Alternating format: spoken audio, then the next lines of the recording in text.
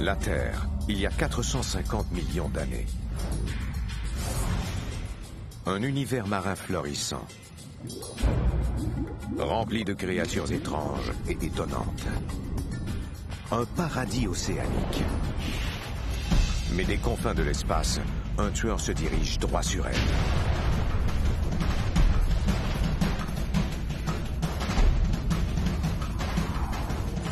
L'histoire de la Terre est parsemée d'événements catastrophiques ayant causé de nombreuses extinctions massives.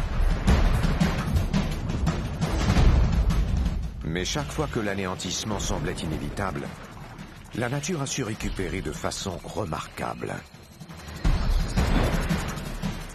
Ces extinctions massives font partie de notre passé et elles pourraient faire partie de notre avenir. Qui survivra et qui disparaîtra? La réponse pourrait vous surprendre. Assistez maintenant à la première extinction massive de l'histoire de notre planète. Apocalypse Animal présente les rayons de la mort.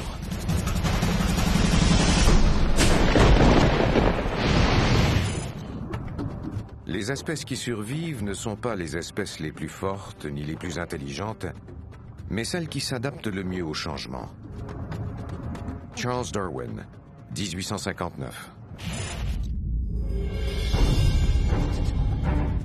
La première extinction massive sur Terre débute il y a 1 demi-milliard d'années, longtemps avant l'apparition de l'homme et même longtemps avant l'apparition des dinosaures.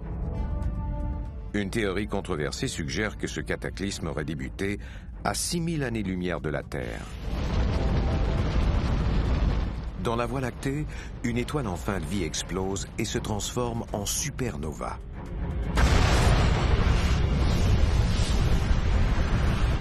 De puissants faisceaux d'énergie jaillissent alors de ses pôles. Il s'agit d'un sursaut gamma.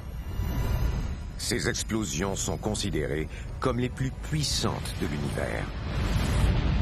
Ce souffle d'une dizaine de secondes contient plus d'énergie que 1000 soleils. Les rayons mortels traversent le cosmos à la vitesse de la lumière en direction d'une petite planète bleue, la Terre.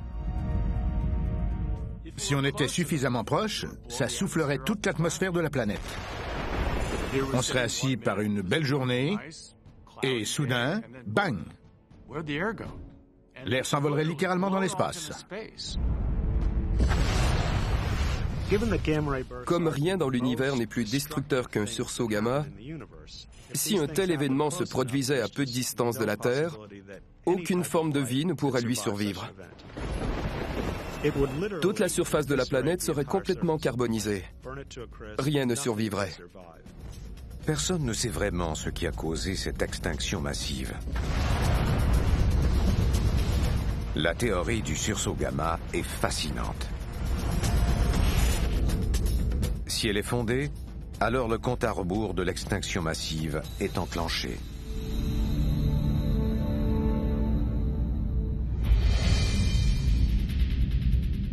À des milliers d'années-lumière de ces puissants rayons mortels, la Terre suit paisiblement son orbite autour du Soleil, ignorant tout de la catastrophe imminente. Voici un aperçu de la Terre il y a 450 millions d'années lors de la période ordovicienne, un monde bien différent du nôtre. Les continents tels que nous les connaissons aujourd'hui font encore partie de différentes masses continentales.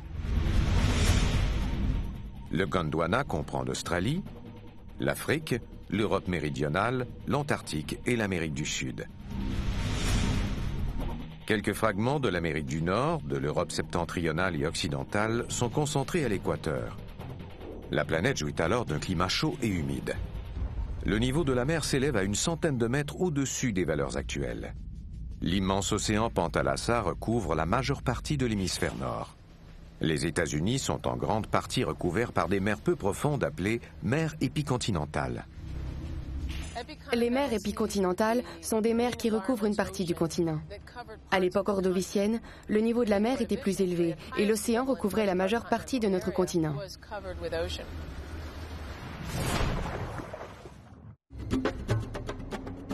La surface de cet univers ressemble davantage à Vénus qu'à la Terre actuelle.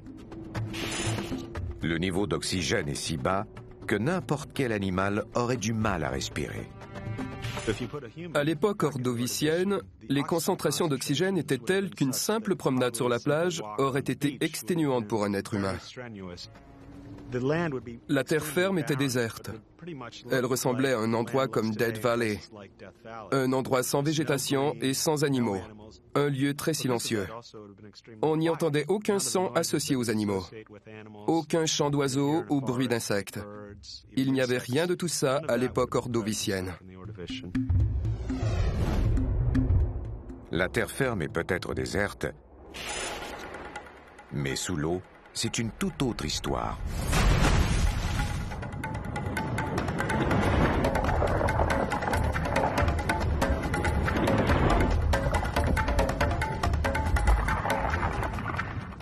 Ce riche paysage marin se transformera un jour en un désert sur lequel on érigera Las Vegas. Pour l'instant, c'est un milieu fort animé, un vaste récif corallien grouillant d'habitants bizarres. Les gens ont tendance à dire « il y a 500 millions d'années, ça devait être désert ». Mais c'est faux. Ça grouillait de vie, mais d'une vie différente d'aujourd'hui. Les océans étaient remplis d'organismes vivants. Il y en avait dans les colonnes d'eau, dans les sédiments, sur les sédiments. La majeure partie de l'ouest des États-Unis était un habitat marin peu profond. Quant au centre des États-Unis, il formait un habitat bien différent de ce qu'il est aujourd'hui.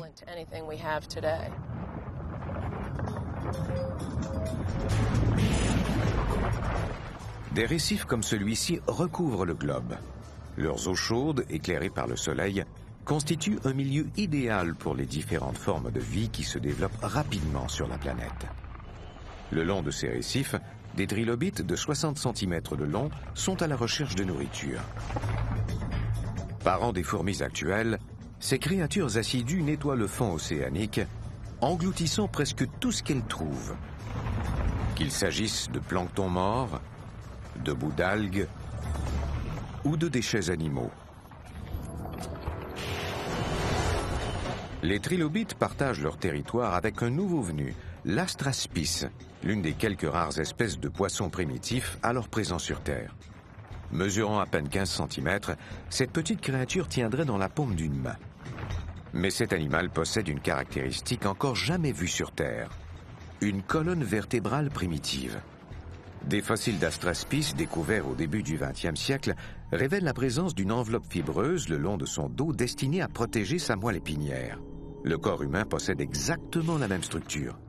Difficile à croire, mais cette humble créature est l'ancêtre de tous les vertébrés. Qu'il s'agisse des oiseaux, des reptiles, des mammifères ou de l'homme. Notre existence dépend entièrement de la survie de cette espèce. Et jusqu'ici, ses chances semblent bien minces. À bien des égards, ces créatures n'étaient pas très performantes. Ce n'étaient pas des prédateurs. Elles ne se nourrissaient que d'écume, de microbes et d'algues. C'étaient plutôt des proies. À l'autre extrémité de la chaîne alimentaire, un super prédateur règne sur les océans. Un tueur sans pitié craint de tous. Le nautiloïde à coquille droite. Il s'agissait de carnivores. Ils mangeaient de la viande et ils en voulaient toujours plus. Imaginez l'animal qui se retrouvait face à un nautiloïde de plus de 3,5 mètres. Il avait beau essayer de fuir, s'il l'attrapait, il le dévorait. À l'image du grand requin blanc, le nautiloïde est une machine à tuer parfaitement conçue. Mesurant jusqu'à 6 mètres de long et doté d'un appétit insatiable. Sa coquille droite cloisonnée remplie d'air assure la flottabilité de cette créature de 130 kilos. Le nautiloïde se déplace en aspirant de l'eau et en la rejetant à travers un petit tube musculaire situé à la base de la coquille. Il s'agit de la version ordovicienne d'un turboréacteur, doublé d'un effet étrange. En effet, les nautiloïdes nagent beaucoup mieux à reculons.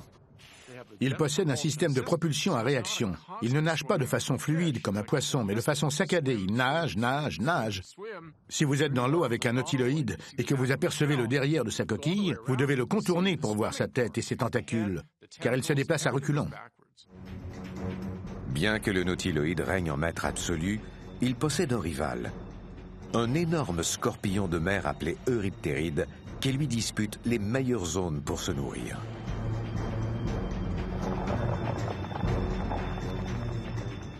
Aussi repoussants et hideux que soient les scorpions de terre, ils n'arrivent pas à la cheville des scorpions de mer côté agressivité. Ces créatures étaient énormes. Certains de ces monstres devaient peser entre 90 et 130 kilos. Ce sont les plus grands anthropodes ayant jamais existé.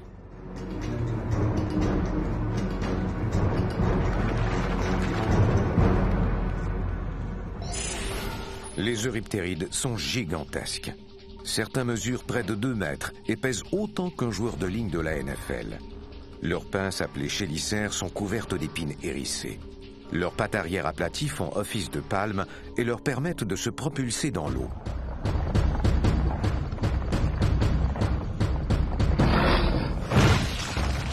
Une confrontation entre un euryptéride et un nautiloïde ressemble à une lutte à mort tout droit sortie d'une œuvre de science-fiction. Je suis sûr que ce genre de combat attirait les foules.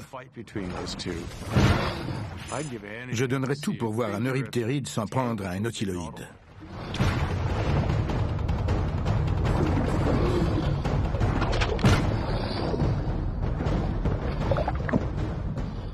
Mais tout est sur le point de changer, à tout jamais.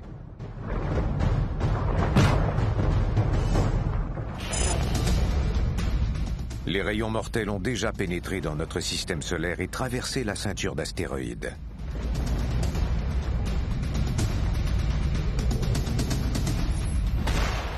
Il est si rare qu'un sursaut gamma frappe la Terre que les scientifiques évaluent que cela ne se produit qu'une fois toutes les 500 millions d'années. Celui-ci frappera avant que le jour ne s'achève. La mort est certaine pour qui naît, et certaine est la naissance pour qui meurt. La Bhagavad Gita, 500 ans avant Jésus-Christ.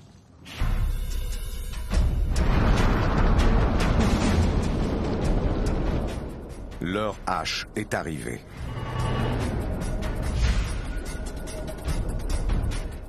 Le sursaut gamma frappe de plein fouet les couches supérieures de l'atmosphère.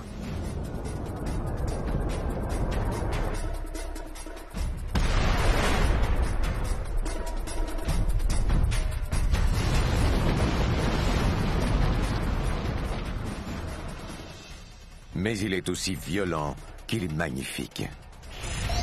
Les rayons mortels font voler en éclats les molécules d'air, pulvérisant l'atmosphère.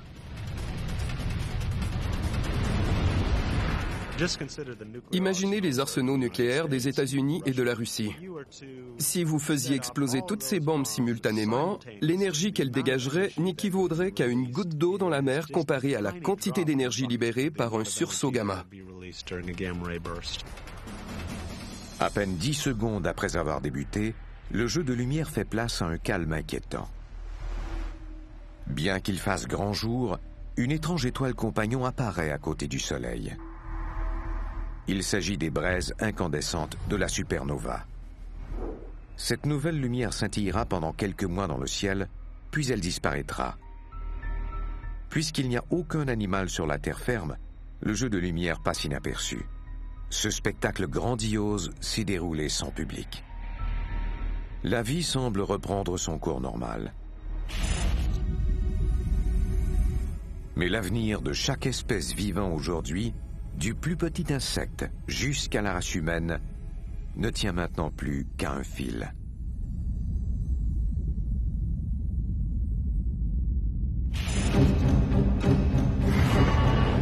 « 24 heures se sont écoulées depuis le sursaut gamma.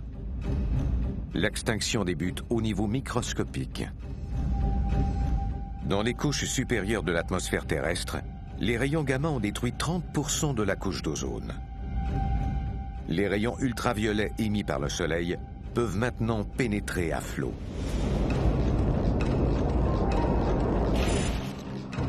La luminosité est insupportable. Elle est 50 fois plus intense que dans le désert du Sahara. Disons que si un sursaut gamma frappait la planète, tous les salons de bronzage fermeraient, ils deviendraient inutiles. Tout ce qui se trouve sur la Terre serait carbonisé. Invisible à l'œil nu, le plancton de la planète, composé d'animaux et de végétaux microscopiques flottant à la surface des océans, est le premier à en ressentir les effets. Quand on observe une goutte d'eau de mer au microscope, on voit toutes sortes d'organismes minuscules grouillés sur la lame de verre. Or, les bestioles plus grosses se nourrissent de ces micro-organismes.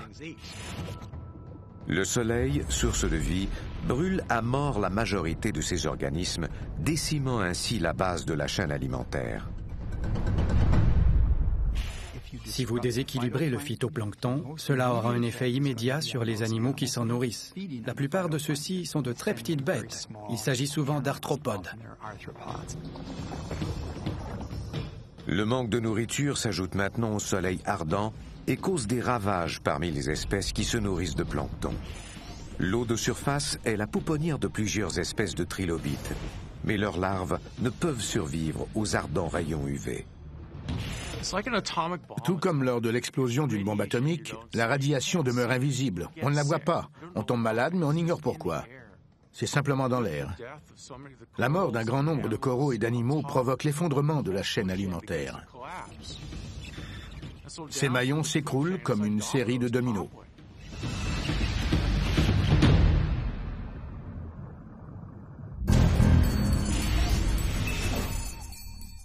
La force des rayons ultraviolets est plus intense dans les tropiques.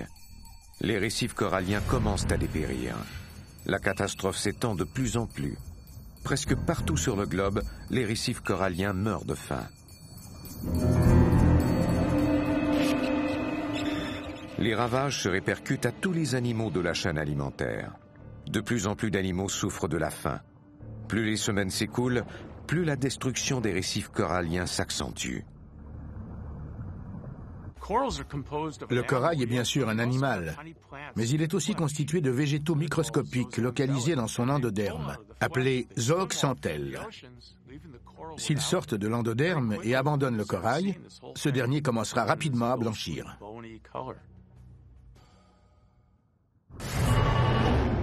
Bien que 3 mois à peine se soient écoulés, les effets des rayons mortels se font sentir de tous côtés. La saison des amours bat son plein chez les nautiloïdes à coquilles spiralées. La taille des cousins des nautiloïdes à coquilles droites ne dépasse guère la largeur d'une main.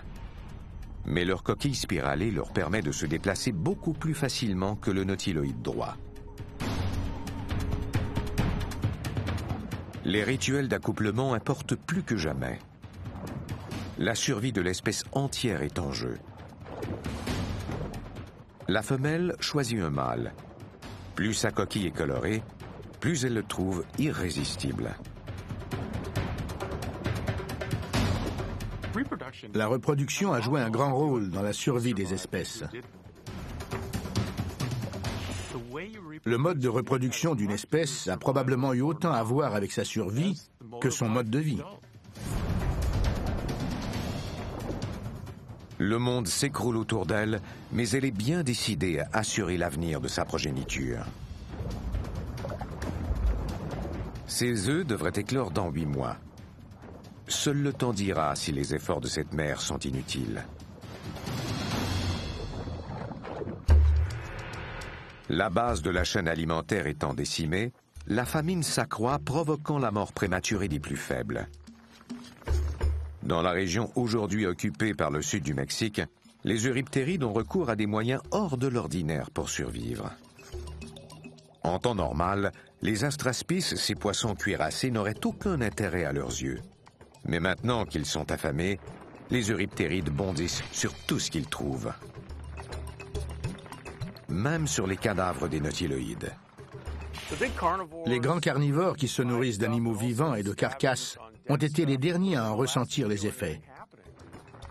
Mais avec le temps, ils mourront à leur tour, car le déséquilibre de la chaîne alimentaire a un impact sur tout l'écosystème.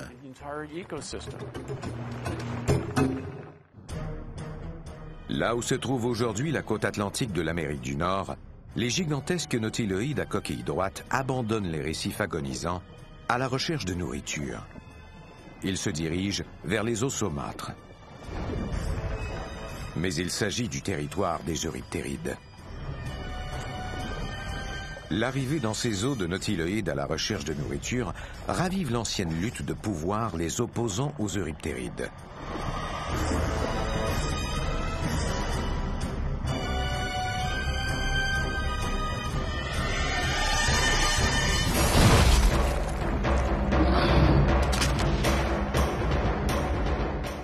Il s'agit peut-être du territoire des euryptérides, mais le sort favorise encore les animaux les plus imposants. Les nautiloïdes se régalent. Seuls quelques euryptérides parviennent à s'échapper.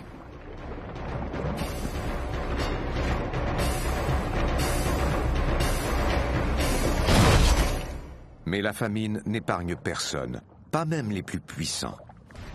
L'étude des extinctions massives demeure l'un des domaines les plus controversés de la paléontologie.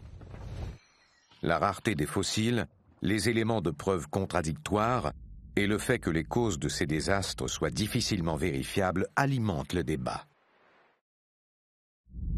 Comment les scientifiques peuvent-ils être sûrs qu'il y a eu des extinctions massives dans le passé? La Terre elle-même détient la clé. Quand les géologues ont commencé à s'intéresser aux fossiles pour la première fois, ils ont constaté que certains fossiles étaient présents dans une couche rocheuse spécifique, alors qu'ils ne l'étaient pas dans les couches supérieures. Et dans certaines strates, il y avait une disparition massive. Ces géologues ont ainsi découvert le premier signe d'une extinction massive. Ils parcourent les formations rocheuses partout sur le globe à la recherche d'indices sur la vraie nature de ces catastrophes épiques.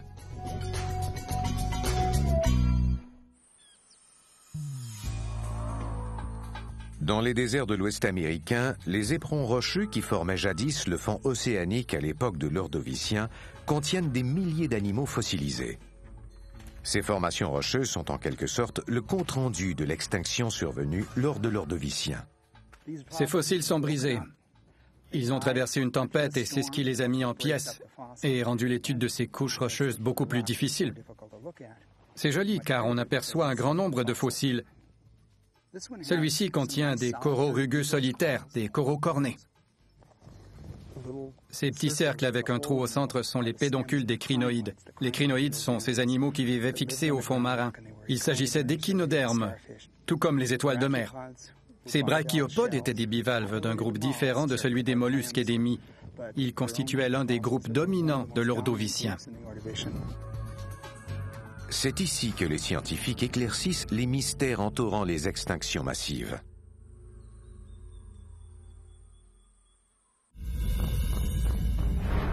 Selon une théorie controversée, mais fascinante, un sursaut gamma engendré par une supernova voisine a provoqué la première extinction massive sur notre planète.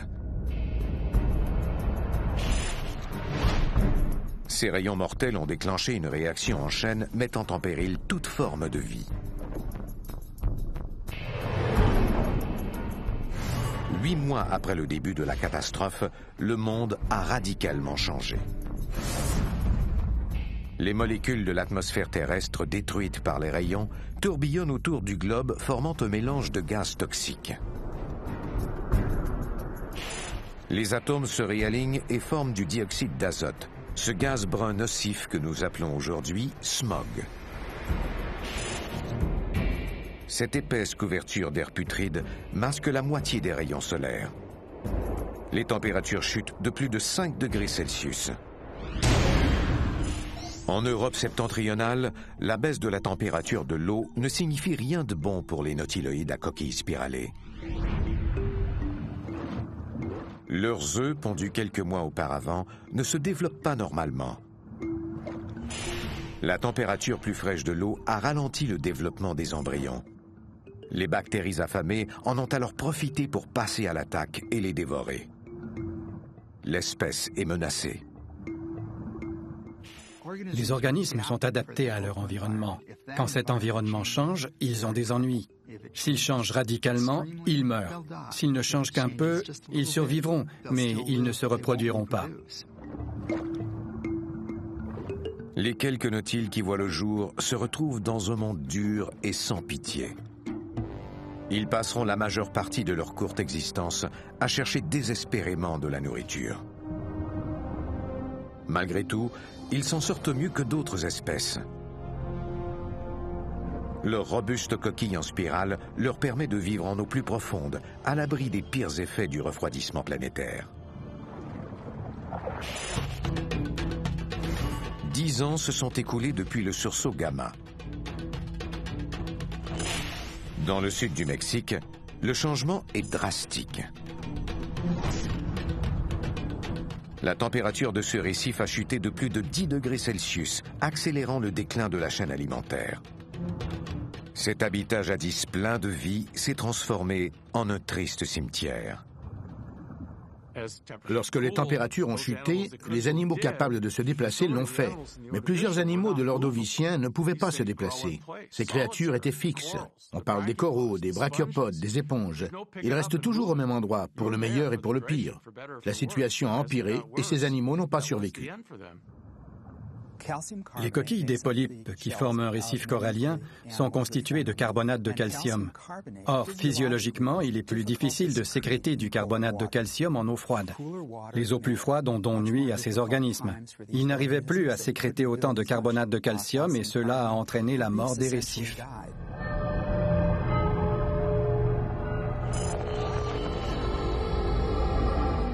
Voici un autre effet catastrophique du refroidissement planétaire.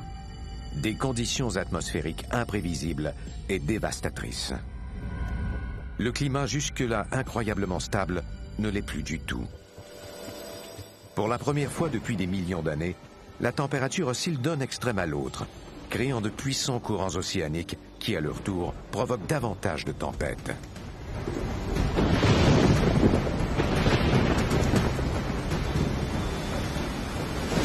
Un tsunami balaie sans fin la planète.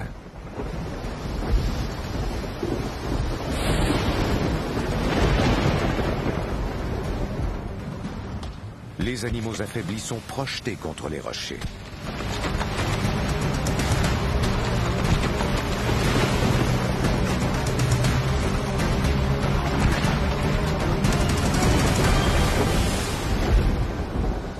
Ceux qui en ont encore la force cherchent à s'abriter loin des eaux de surface agitées.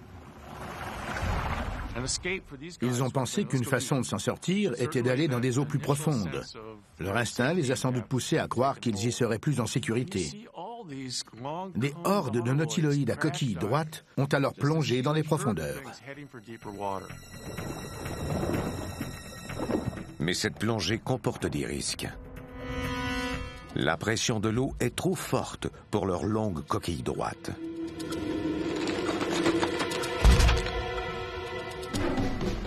Ironie ultime, le plus grand prédateur de la planète en devient la victime.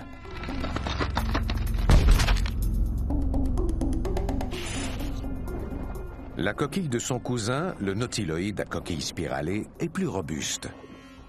Ce dernier peut donc attendre que passe la tempête, dans des eaux plus profondes et plus calmes. De violents systèmes de tempête s'abattent sur la Terre. L'avenir s'annonce sombre. Les cadavres s'échouent sur les divers littoraux de la planète. Sans l'existence d'animaux terrestres pour dévorer leurs restes, leurs cadavres s'amoncellent par milliers, comme les victimes d'une guerre. 500 ans après que les rayons gamma aient frappé, un tiers des animaux ont disparu. Quant aux créatures qui luttent toujours pour survivre, il y a peu d'espoir. Toute forme de vie sur Terre est en voie d'extinction. « 150 000 ans après que les rayons mortels ont frappé, la vie sur Terre est sans dessus-dessous.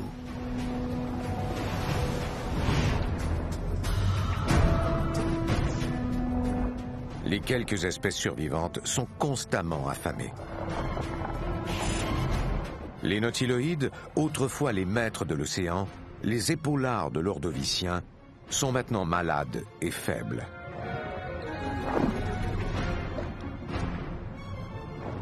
Leur univers s'est complètement transformé. Année après année, la planète se refroidit de plus en plus.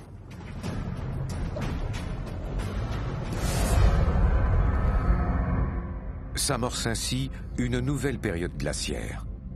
La neige s'accumule au pôle sud. Au cours des siècles, elle se compacte en solides nappes de glace. Au Gondwana, un supercontinent situé au pôle sud, d'immenses glaciers d'une épaisseur de plus d'1,5 km progressent lentement vers le nord. En pleine expansion, les glaciers pompent de grandes quantités d'eau océanique, faisant chuter le niveau de la mer de près de 60 mètres. L'eau s'est retirée des océans, le niveau de la mer a alors chuté. Plus la glace se formait, plus le niveau de la mer baissait. Cela a eu pour effet d'assécher les bras de mer peu profonds. Les organismes qui y vivaient ont ainsi perdu leur habitat et sont morts. La disparition des hauts fonds décime davantage d'organismes vivants que le sursaut gamma. En un sens, c'est le contraire de ce qui nous inquiète aujourd'hui.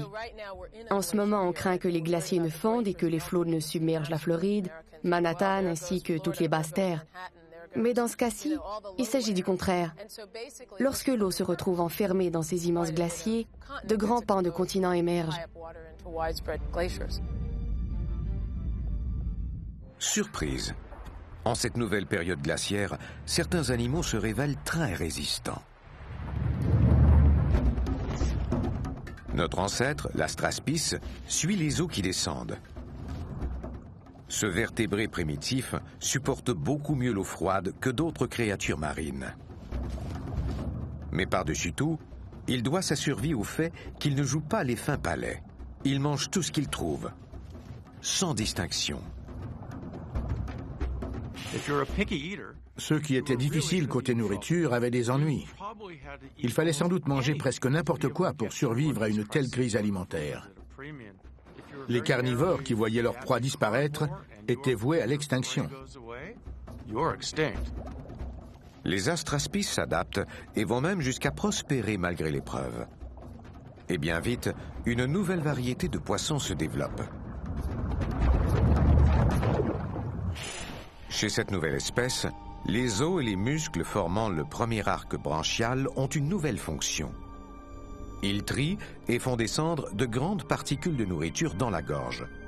Chaque mâchoire de l'univers des vertébrés, qu'elles servent à ruminer, à déchiqueter une proie ou plus simplement à parler, est le fruit de cette remarquable adaptation. Un autre animal tient bon. Il s'agit de l'Euryptéride.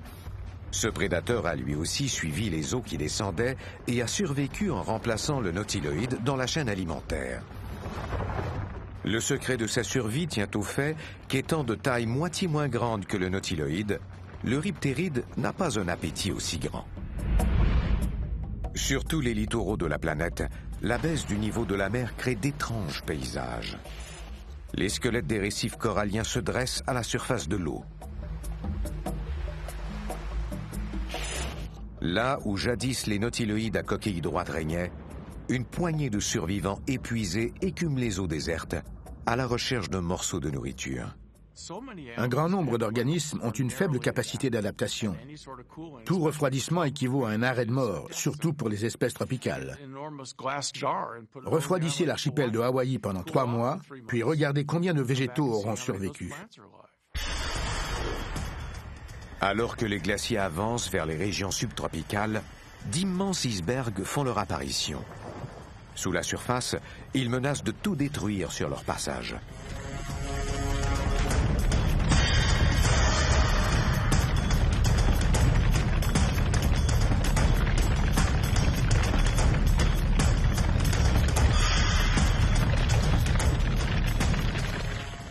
Ces montagnes de glace cheminent vers l'équateur, percutant au passage des coraux âgés de milliers d'années.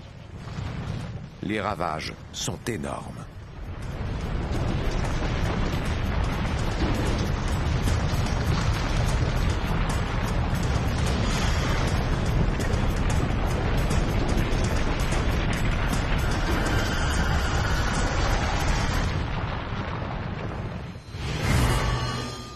« 250 000 ans après le début de l'extinction, le niveau de la mer continue de baisser.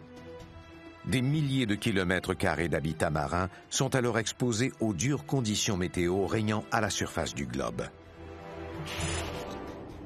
Le soleil, le vent et la pluie érodent les récifs, les transformant en immenses déserts. D'année en année, l'océan se retire de plus en plus, confinant toute forme de vie dans des habitats de plus en plus petits. Il s'agit d'une migration forcée. Rien ne dit que l'endroit où migrent ces organismes leur conviendra mieux. La température de l'eau et les courants océaniques ont changé. De tropical, le climat devient tempéré, puis tout à fait glacial. Tout cela a contribué à l'extinction. L'explosion d'une supernova a causé de grands ravages sur la planète Terre. Mais cette extinction massive n'est pas encore terminée. N'est-il pas absolument inévitable que toute chose soit enfin absorbée par la mort? Platon, 4e siècle avant Jésus-Christ. 550 000 ans se sont écoulés depuis le sursaut gamma. Les conditions glaciales ont anéanti les 2/3 des animaux de la planète.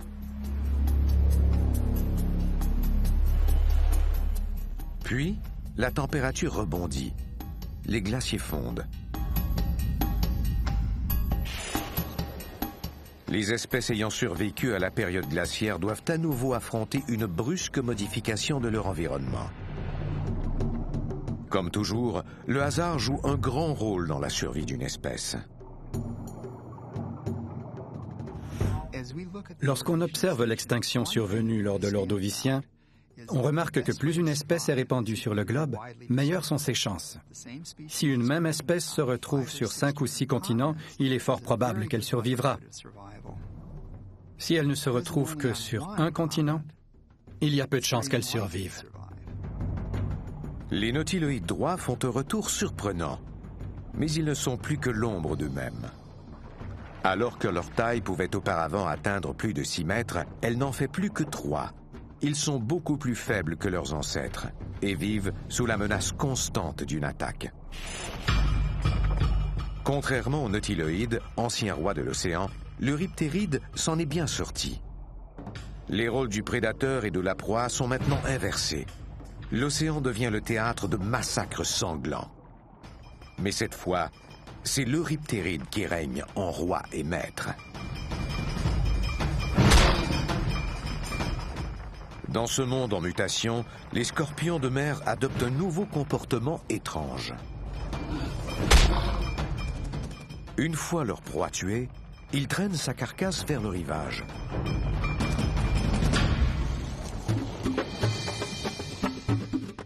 Certains d'entre eux vont même jusqu'à s'aventurer sur la terre ferme.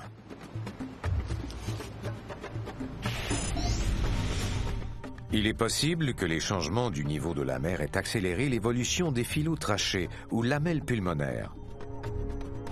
À l'intérieur de l'abdomen d'un euryptéride se trouvent des poches d'air empilées ressemblant à des feuillets. Le sang du scorpion circule à travers ce tissu pour extraire l'oxygène.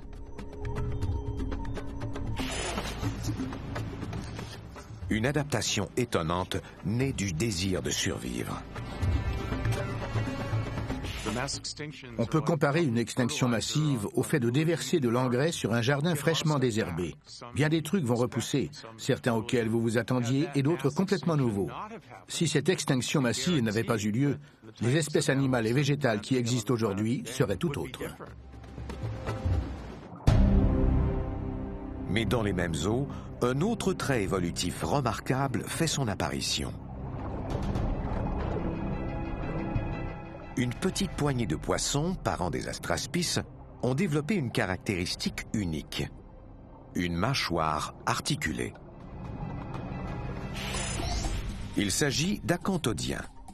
Ils se pressent partout où se trouve une carcasse. Leur nouvelle caractéristique physique leur permet de grignoter la chair de leur proie plutôt que d'avoir à attendre de gober les morceaux de nourriture flottant dans l'eau. De leur début modeste où ils suçaient des algues, les poissons s'élèvent maintenant dans la chaîne alimentaire.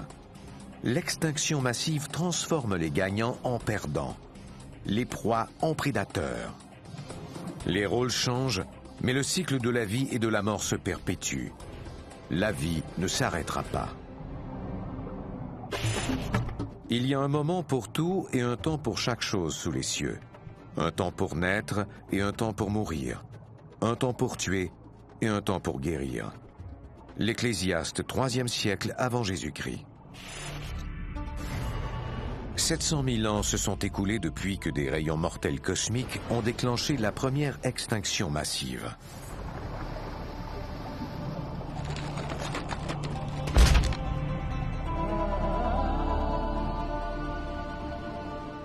La planète semble être en train de se débarrasser des effets de cette catastrophe. La Terre émerge de son sommeil glacial.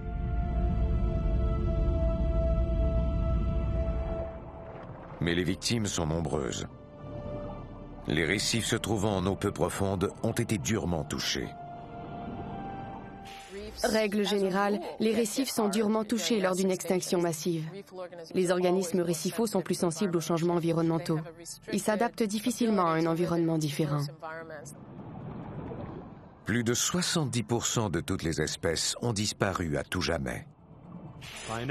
Si on dit que les scientifiques ont décrit environ 1 million d'espèces, 70% de ce nombre équivaut à 700 000 espèces qui disparaissent dans un laps de temps relativement court.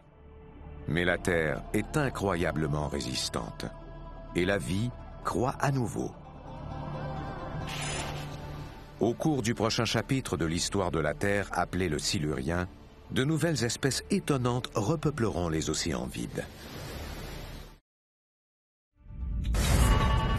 3 millions d'années se sont écoulées depuis le sursaut gamma. La Terre retrouve un climat tropical. Le niveau de la mer s'élève, restaurant de grandes étendues d'habitats marins en eau peu profonde. De nouveaux animaux bizarres se développent, aux côtés des créatures ayant survécu à l'extinction.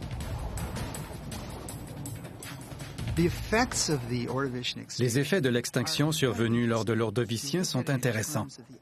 Si on considère cet événement du point de vue des changements écologiques, cette extinction, comparée aux 4 autres, est probablement celle qui a eu le moins d'impact. Plusieurs animaux ont disparu, mais tout autant d'organismes différents se sont développés par la suite.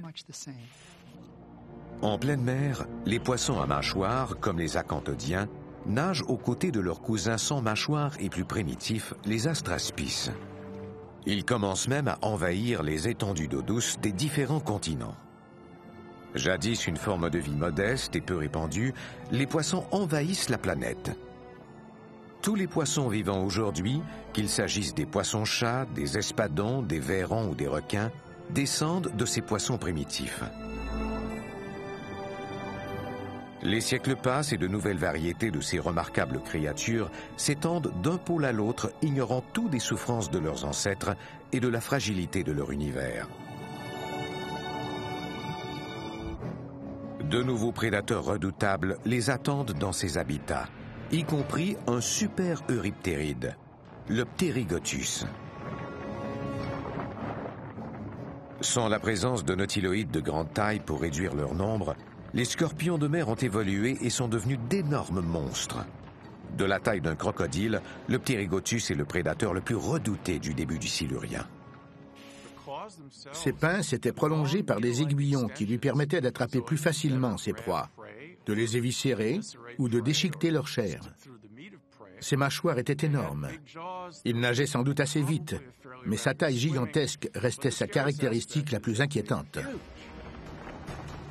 Les bancs de poissons étaient des victimes de choix pour ces créatures capables de foncer à une vitesse de 2,5 mètres par seconde.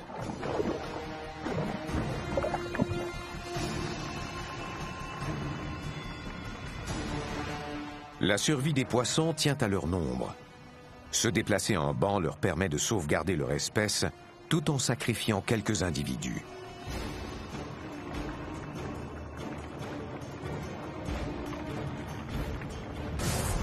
Durant la période silurienne, la vie continue de s'étendre dans de nouveaux habitats.